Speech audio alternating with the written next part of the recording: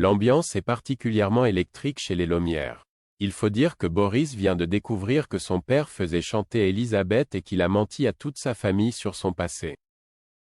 En effet, François n'est jamais allé à Harvard comme il le prétendait. Pourtant, cela ne l'a pas empêché de rabaisser Boris pour avoir arrêté ses études. Des propos qui agacent vivement Laurine qui demande à son frère de grandir un peu.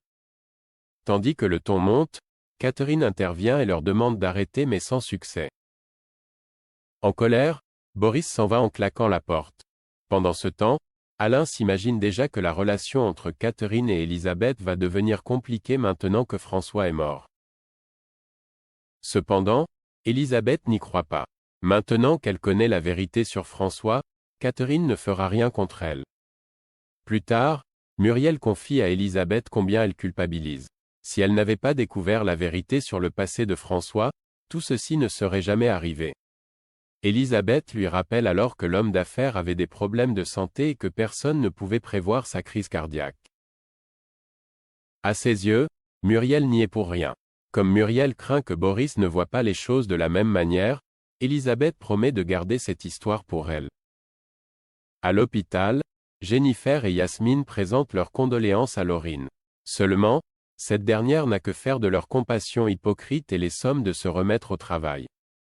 Chez Elle Cosmétique, Boris profite de croiser Elisabeth pour lui parler du chantage que lui a fait subir son père.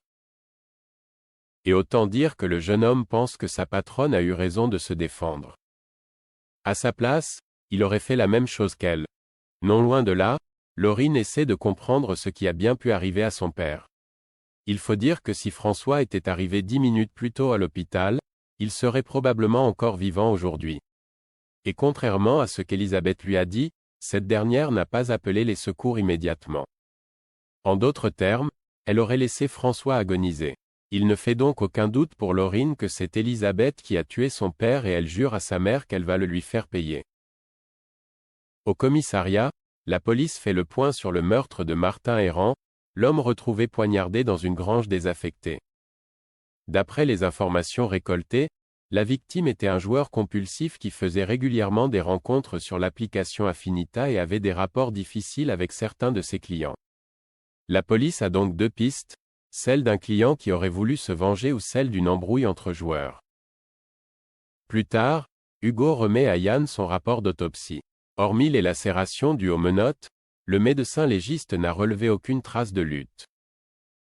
En revanche, l'analyse toxicologique a révélé que la victime avait été sédatée et nourrie plusieurs jours avant d'être tuée. Hugo pense alors qu'il s'agit d'un enlèvement avec une demande de rançon qui a mal tourné. Pour sa part, Yann estime à l'inverse qu'ils n'ont aucun élément allant dans ce sens. Malgré tout, Hugo est persuadé que tous les indices pointent vers un obsessionnel. En fin d'après-midi, Hugo laisse un message sur le répondeur d'un collègue d'Avignon qui a travaillé sur un cas similaire à celui de Martin Errand. Il est donc possible que les deux affaires soient liées. La police de Montpellier aurait-elle affaire à un nouveau tueur en série?